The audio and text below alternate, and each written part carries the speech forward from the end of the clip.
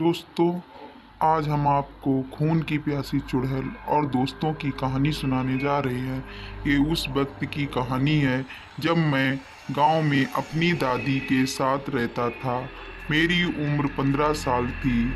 मुझे भूत प्रेत चुड़ैल इन सबको असली में देखने का शौक चढ़ा था।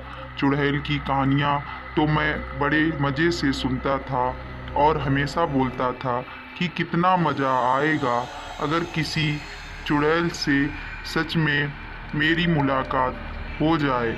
तो मेरी दादी की किराना और दूध की डेयरी ऐसी दो दुकानें थीं।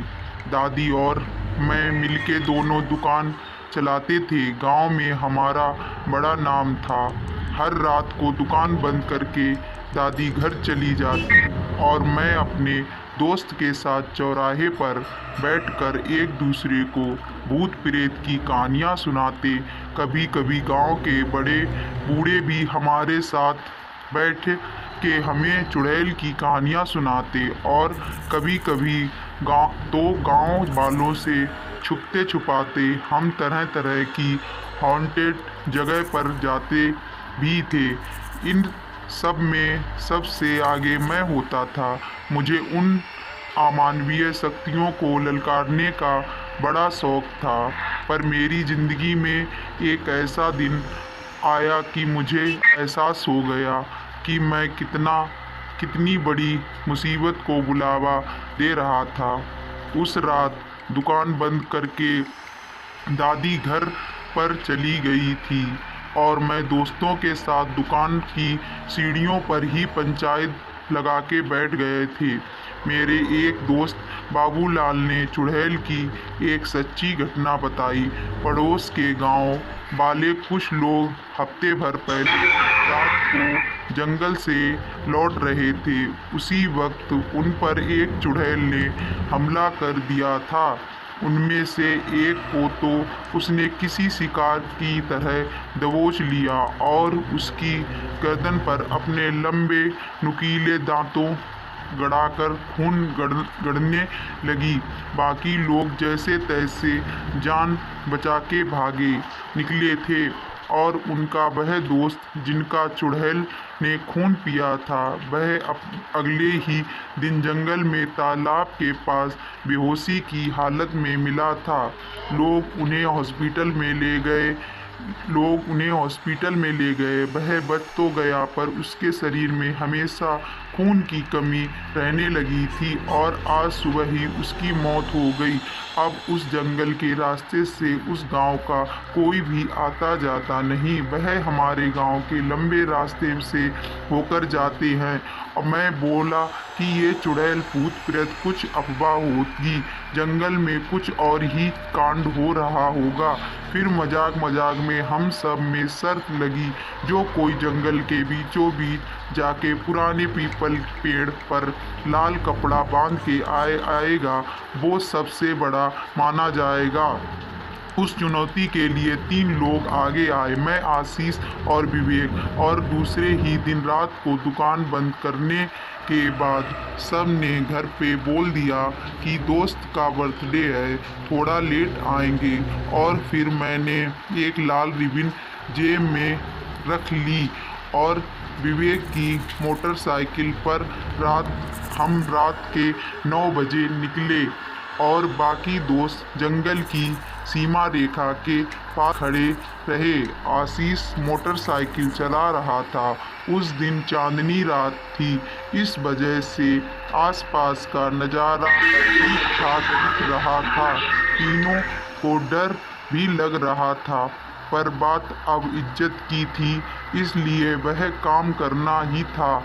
आशीष मोटरसाइकिल चलाने में उस्ताद था, इसलिए जंगल वाले रास्तों पर बाइक हर बार वही चलाता था। हम जंगल के बीचों बीच पीपल के पास पहुँचे। मैं बाइक से उतरा और विवेक मुझे टॉर्च लाइट का फोकस दिखाने लगा। मैंने लाल रिबन निकाली और जाके पीपल की टहनी को बांध दी। और जब मैं पीछे मुड़ा तब एक नुकीले पत्थर से ठोकर लग के मुंह के बल गिर गया। मेरे पैर में गहरी चोट लगी और खून पानी की तरह बहने लगा।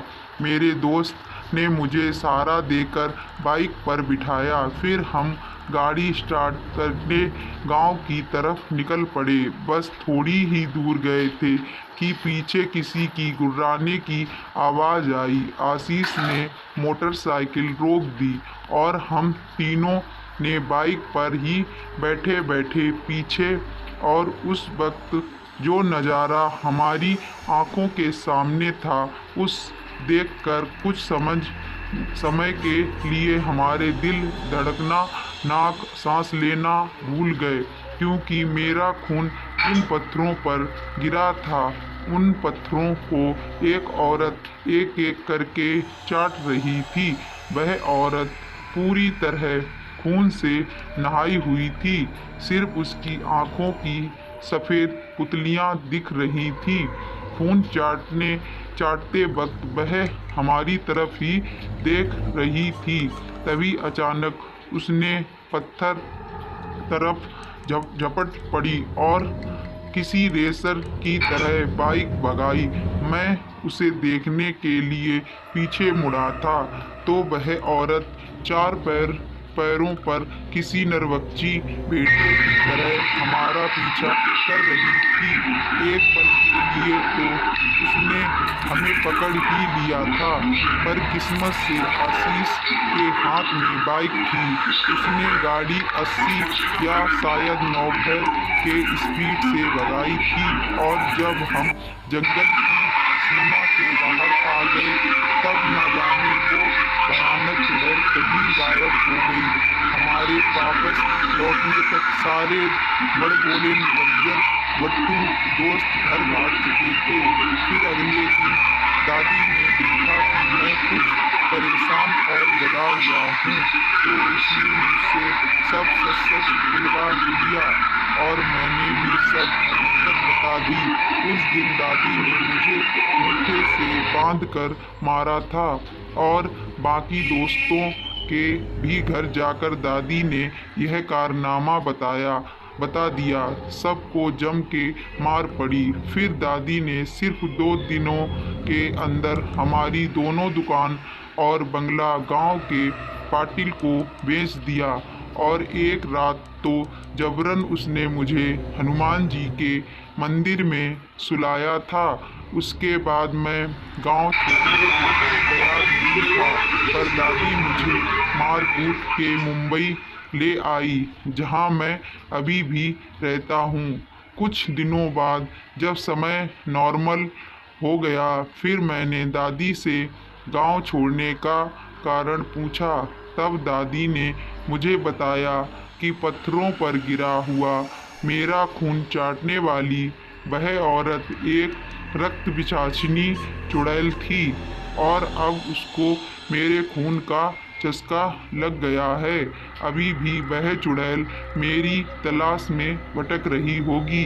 इसलिए मेरी सुरक्षा के लिए दादी ने गांव को छोड़ने का निर्णय लिया। लेकिन दादी के कहने के अनुसार अगर वह रक्त पिशाचिनी चुड़ैल आज भी मुझे ढूंढ रही है, तो आपको क्या लगता है, क्या वह मुझे यहाँ पर भी ढूंढ पाएगी? अगर ये कहानी आपको पसंद आई है तो ऐसी और कहानी सुनने के लिए हमारे चैनल को लाइक करें, सब्सक्राइब करें, कमेंट करें। धन्यवाद।